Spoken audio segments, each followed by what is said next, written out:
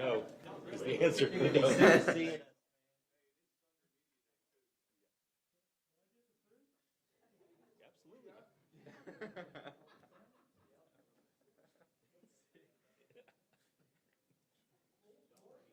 Somebody tell him he can eat right now. Can we get a mic check real quick? Take time to eat. Somebody. 3, 2, 1. 3, 2, 1. Good. I won. I can't drink this on camera, right? Has to be Pepsi. Yeah, that's Or Monster. Let's go ahead and start with questions today. Well, Coach, what was your your first post game and follow up, and what's the weekend and today kind of been like for you in settling into this role? Well, like I said, I've never been a head coach of an elementary school. You know what I'm saying? So this is a lot of new stuff I never thought about. I mean, everybody thinks being head coach is easy, and then you do it and realize there's a lot more to it than you thought, as anything would be probably. But I don't know. Bottom line is, I just feel like I'm just so proud of the kids' willingness to participate and be a part, and the vibe that they're providing, and it makes it easy for all us coaches to go out and do our job and have fun and stuff like that, and continue to just devote all our time and effort into what we can do to help them win a game, because it's all about them. So that part's been fun, and just,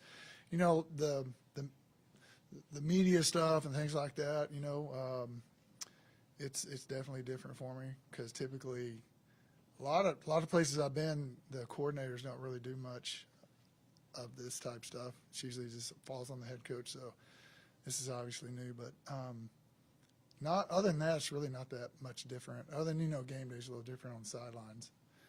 I got special teams guys yelling at me if we want timeout or not, and I'm like trying to find the next play. It's kind of different. So, but no, it's been good, man. Just the common denominator for me on all of it's just been just the players and enjoying them and having fun, and we could have had 10 guys hop in a red shirt, and I don't feel like that's going to occur as of now, and I think it's a positive sign that these guys are kind of galvanized a little bit, and it's encouraging. So There's risk and reward to what you did on Saturday with some of the schemes offensively.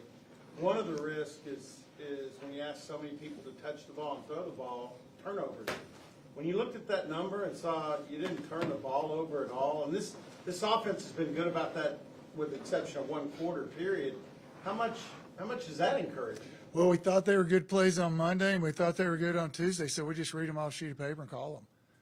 You know what I mean? I don't think you can coach and try to have an answer for every little minor detail when there's 22 moving parts out on the field.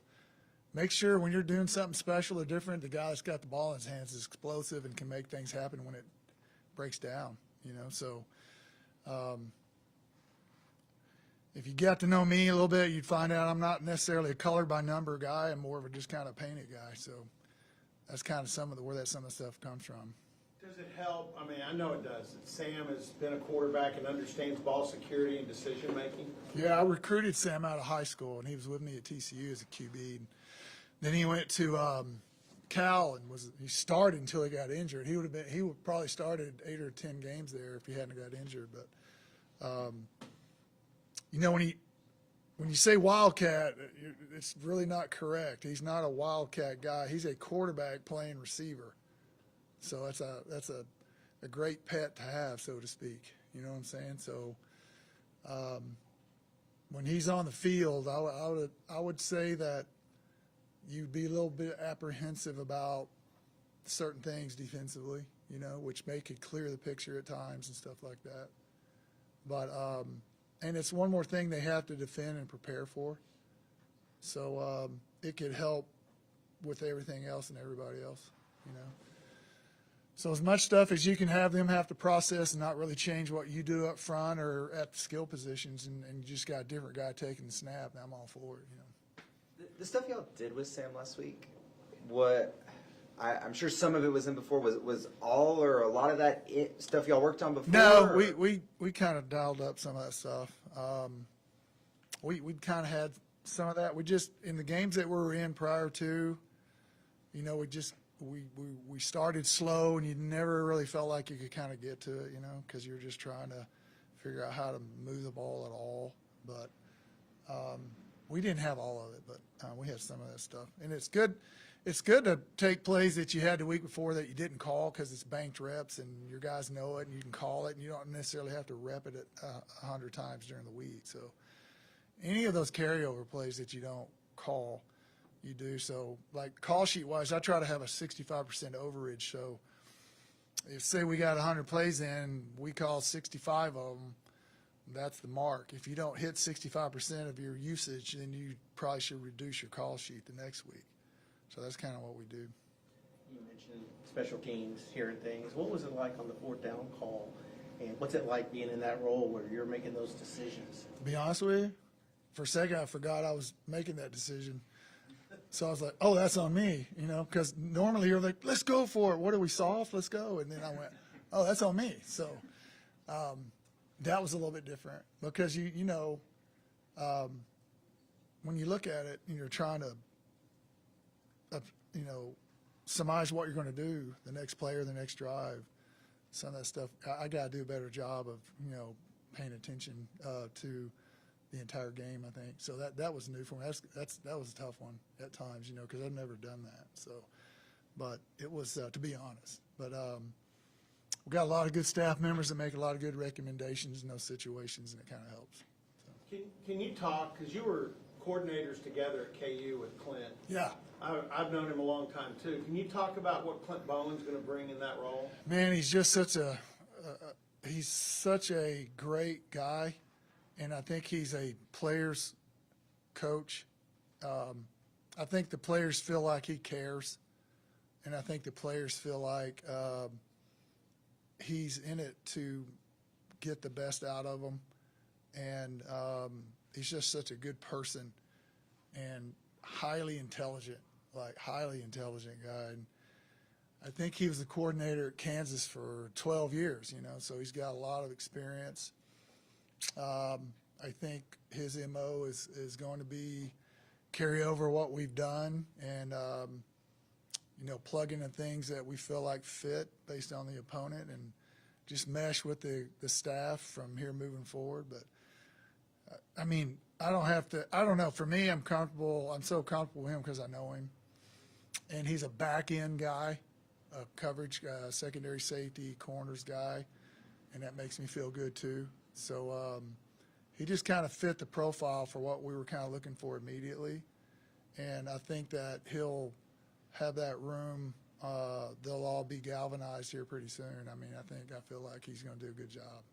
On the back end in particular, that's one area where you guys struggled on Saturday. Yeah, I mean, I don't know. I can't tell you the actual statistics of it, but I think a lot of people struggle with things on the back end because there's so much schematics now back there because people try to disguise everything.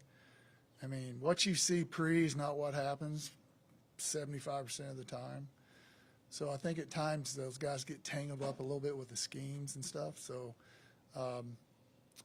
not to say that, you know, we weren't doing a good job in that area before, but I just feel good about him handling it because for me, like when he was on my side of the ball, all right, identifying coverages, hey, is that cover two? No, it's actually bracket, you know, and for an offensive guy, you think it's one thing, but it's really not, and he could explain it. How do you attack it? The switch route here, you know, whatever. He's a great source of information on coverages and stuff like that. So just really got to know him and just tons of knowledge and just a good guy. And he'll get all those guys on the same page and get the Pistons firing in the right direction. Because he was, Eric, because he was on your side of the ball, though, up until this I taught week. him how to draw plays the other way because defense, they draw it upside down to me. So now he's struggling to draw it the other way where the defense is facing the other way. So how much involvement has he had with the defense? Is it kind of a Not much. I mean, he was running the back end of the scout team stuff, and he was doing a lot of the. He was the advanced scout for the opponent.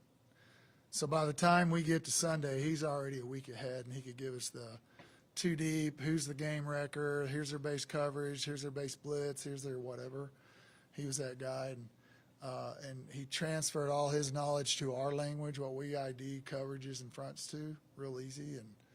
And he's a valuable resource for us, and we're going to miss him on our side. But he's got more important things to do now.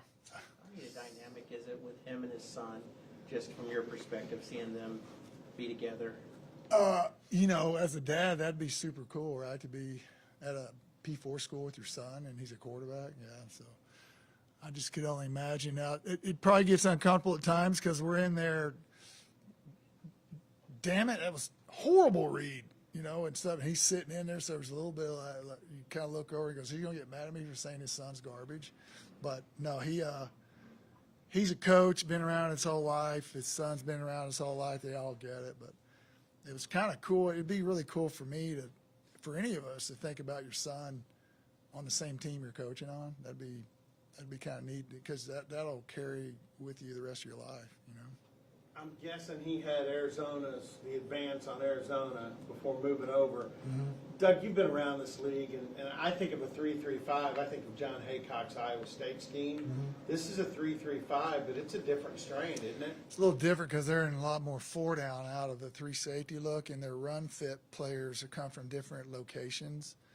And then you get into this business where it's just UFO, like there's no one with their hand down type stuff.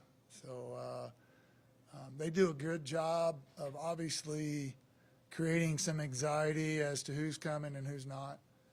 And they do a good job of fitting gaps when people are lined up all over the place, because sometimes you can get out of your gap or get two guys in the same gap. They do a pretty good job of keeping everybody gap sound and those type of things. With all the stuff they do a lot of stuff back there, There aren't a ton of true freshmen playing. What stood out about Royal?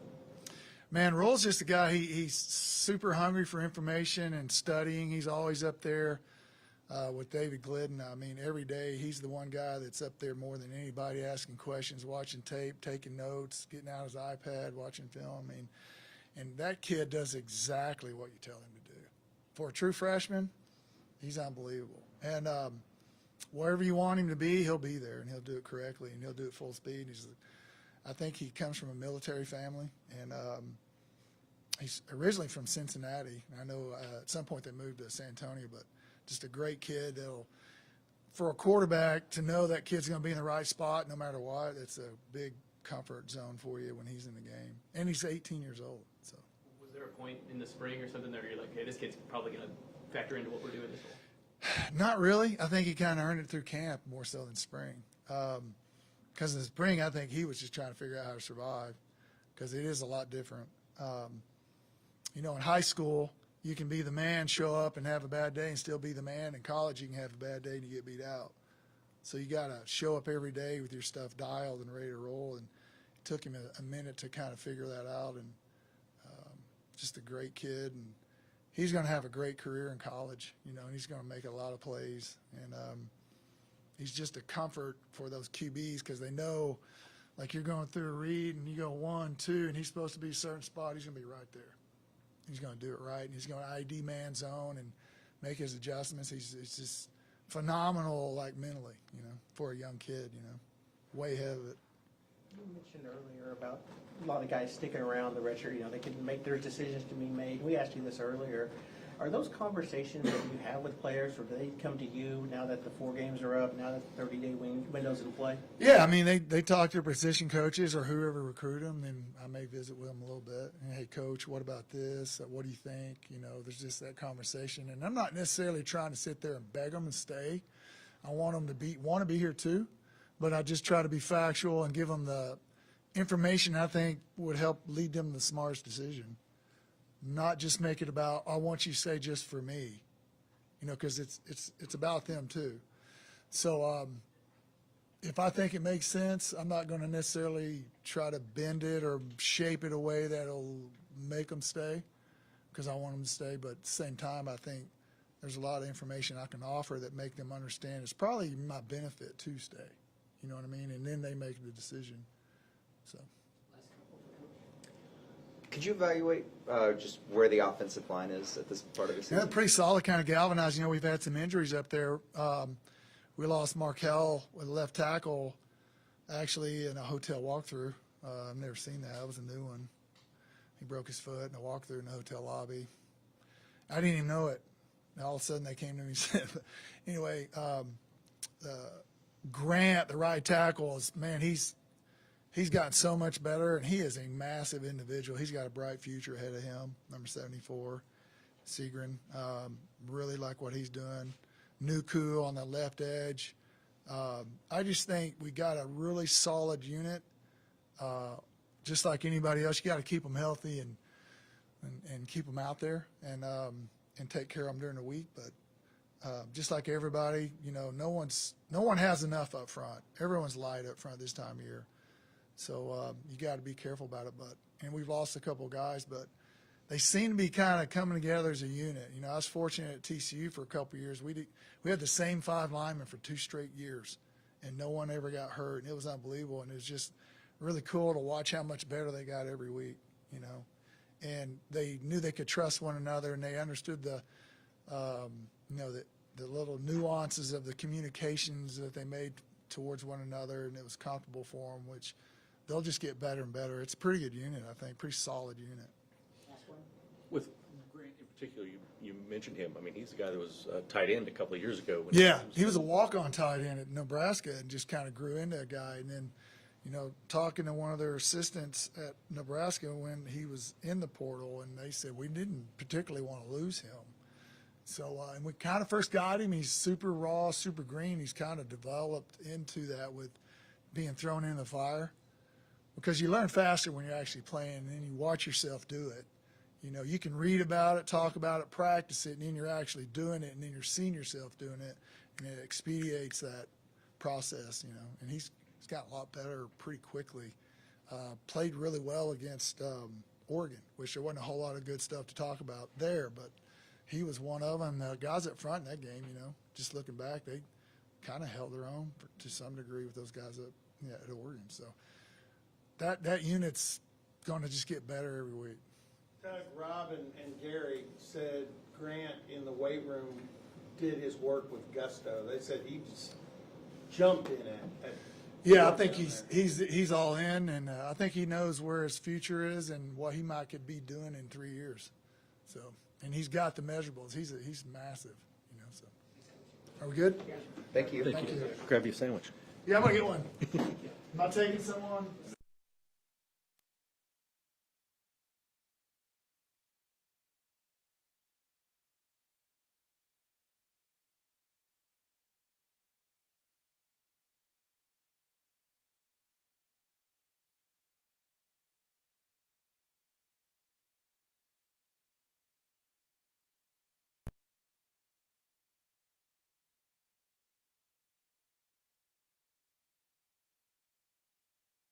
Transition is going to be like? Obviously, you've been on the offensive side of the ball to this point, but you're obviously a defensive guy. So what's it going to be like transitioning into this role?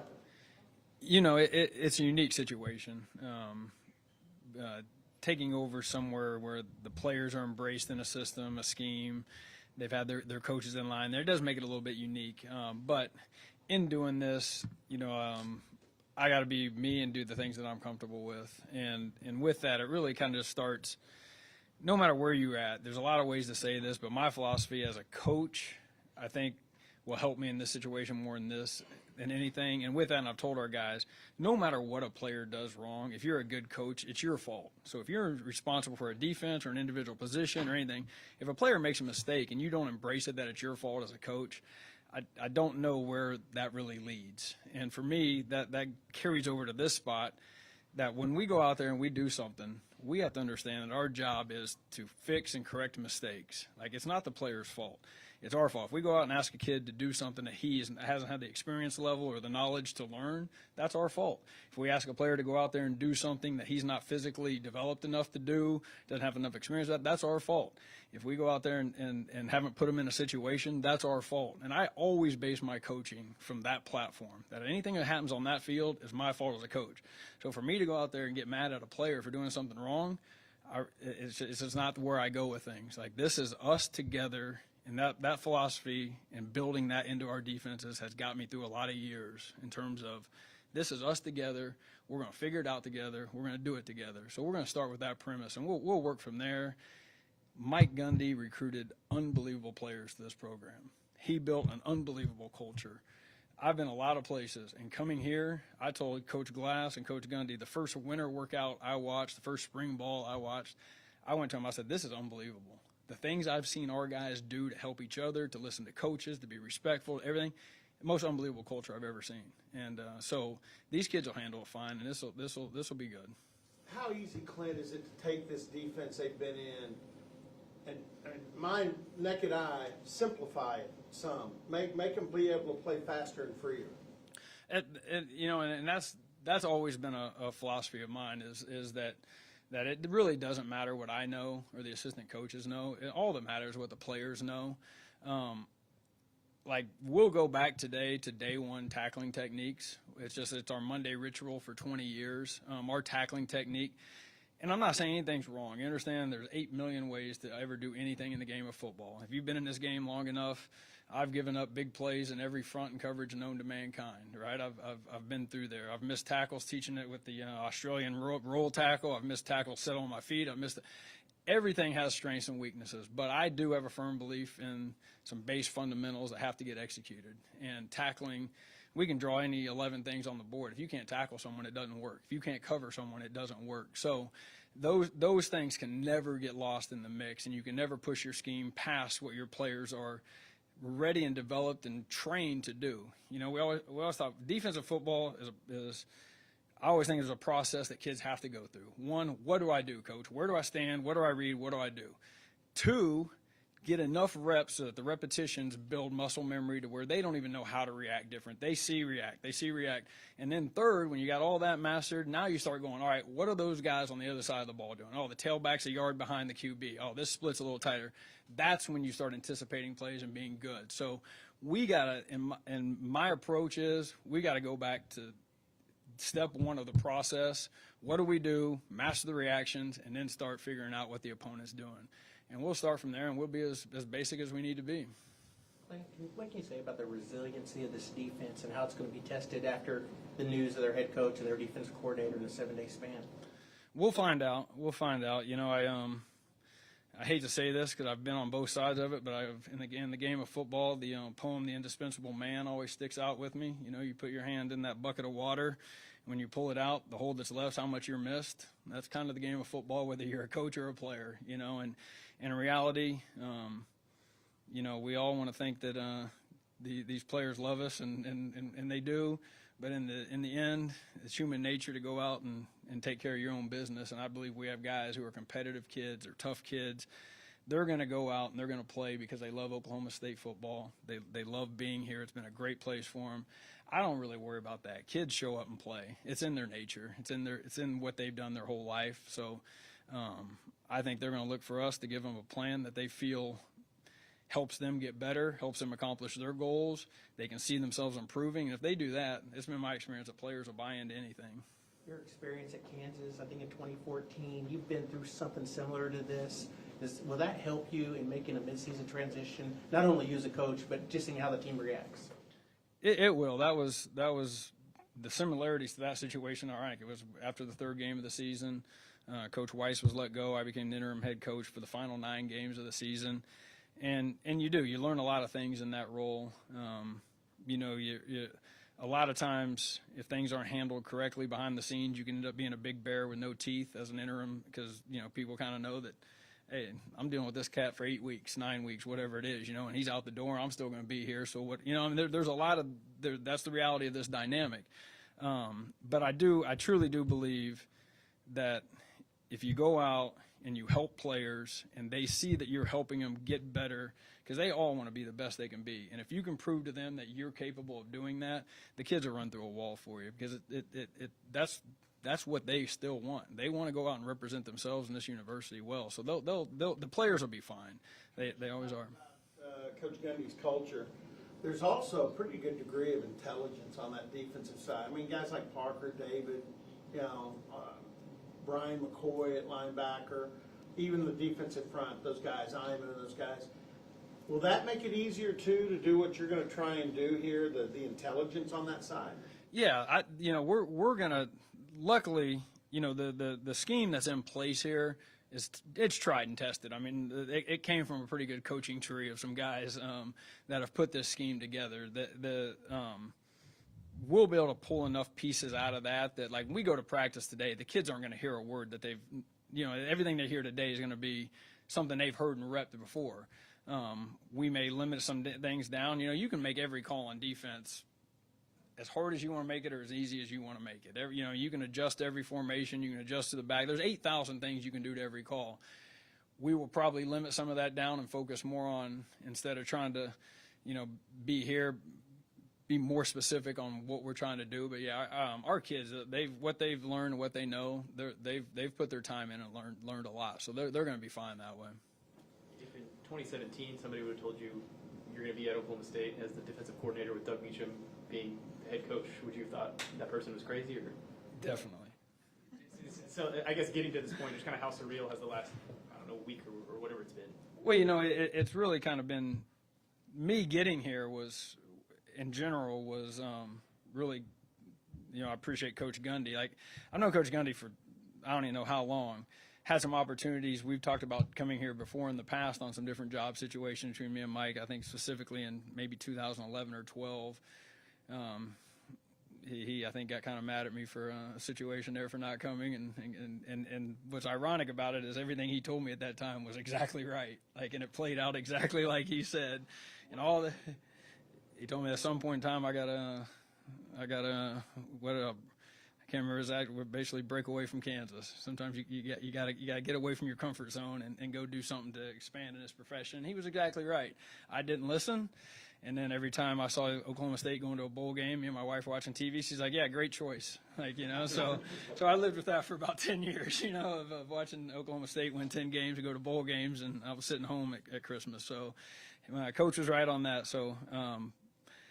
Yeah, to be here and then to come back around this time for Coach to give me the opportunity to come back in this time, I was really appreciative, and he looked out for me and helped me out, and so it worked out good. Now I didn't want this to be the scenario. I was hoping I'd come here and we'd work for Coach Gundy until we both gave this thing up, but this business kind of heads that way sometimes. Doug was asked about this. What kind of feeling? And you had this in high school. You were the head coach for Banks at Lawrence High, but what's this been like? Being in the same organization at the college level with your son? Yeah. I got out of coaching the COVID year when things just didn't seem right. Players opting out, refusing to play. We go play in the Myrtle Beach Bowl, and we got about 20 defensive kids who were willing to go because it was over Christmas. And I'm sitting there, I'm ignoring my kids. I'm ignoring my family. I'm not even seeing my kids play games, and I can't even get guys to go play in a bowl game. That was, and the mentality just rubbed me wrong at the time. And so at that time, I decided I'm going to go. My oldest son was going to be a senior, and Banks was going to be a freshman. And I was like, I'm going to go do this, And obviously, that's a kind of a career killer in terms of coaching. If you want to be at this level, once you go to coach high school football, you get kind of, in that tag of being a high school football coach. That's where Coach Gundy gave me a chance of coming back, but.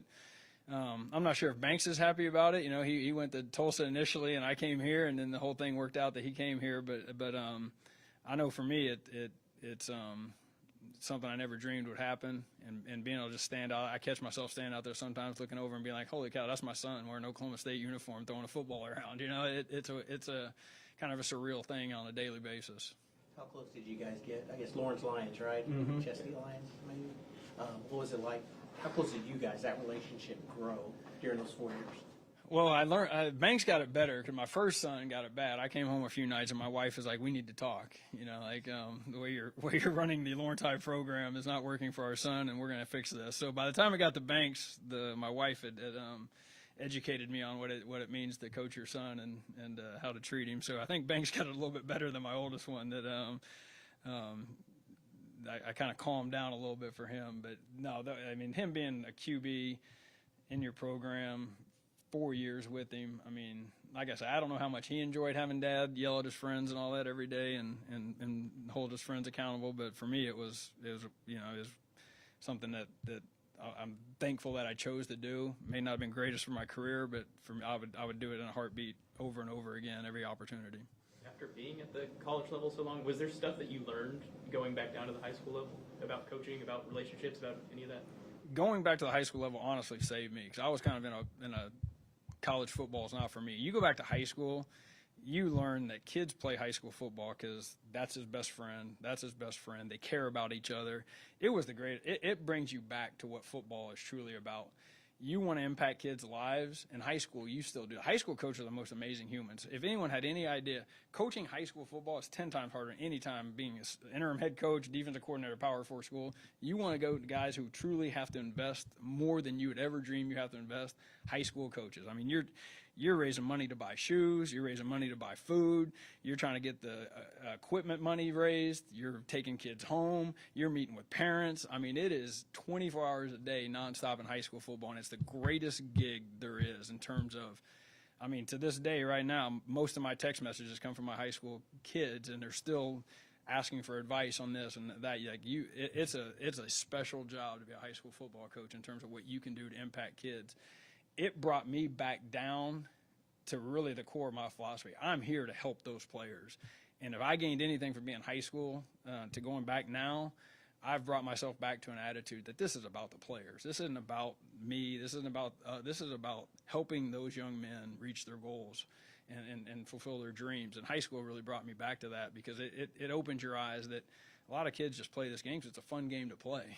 And they don't care about all this stuff. They just want to be with their buddies, have fun, run through the damn tunnel, see the cheerleaders and their fans and their families, and it's awesome. So it really rejuvenated me and brought me back to what this game always meant.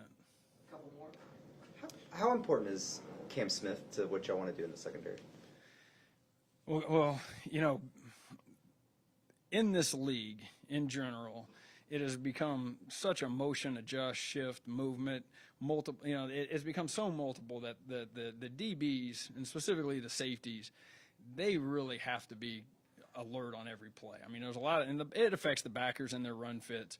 But safety-wise, the degree of routes that we're seeing and the complexity of routes and the shifts and the motions, it's no more just make a call, line up, I got that guy. You're always thinking one step ahead. So to have veteran guys and guys who have played a little bit and guys who have put it in there is really critical at that position.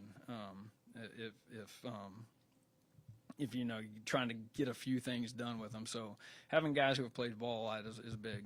I want to throw you back in your previous role because you, I'm sure, dumped the Arizona advance on Doug. This is not the 3-3-5 you see from Haycock at Iowa State. This is a different breed of cat, isn't it? Oh, absolutely. Back when Jim Knowles was here, I was really interested in what Jim was doing here because obviously he was having a lot of success. And everyone knows he was doing some really, really creative and good things, and he's continued to do that. I would put what Arizona does is more in that Jim Knowles family than it is the John Haycock Iowa State family. From the front, the coverage, and the things they're doing over there, they're a lot more similar to what Jim does in terms of his 5 DB stack look, and his front that part's more Jim Knowles or what Arizona's doing. Last one. What stands out about Arizona's offense and it? I'm just curious. Over the weekend, at what point did you sort of transition from you were scouting one side of the ball to the other? I'm sure that was kind of a weird weekend for you. Yeah, honestly, I looked at Arizona for the first time last night at about 12:30 a.m. was the first time I put that one on. So I watched them for a couple hours last night. Haven't got back to them today. I am admittedly behind on them a little bit. I spent about 2 hours in the middle of the night last night looking at it for the first time. The QB impresses me. He's got some danger to him.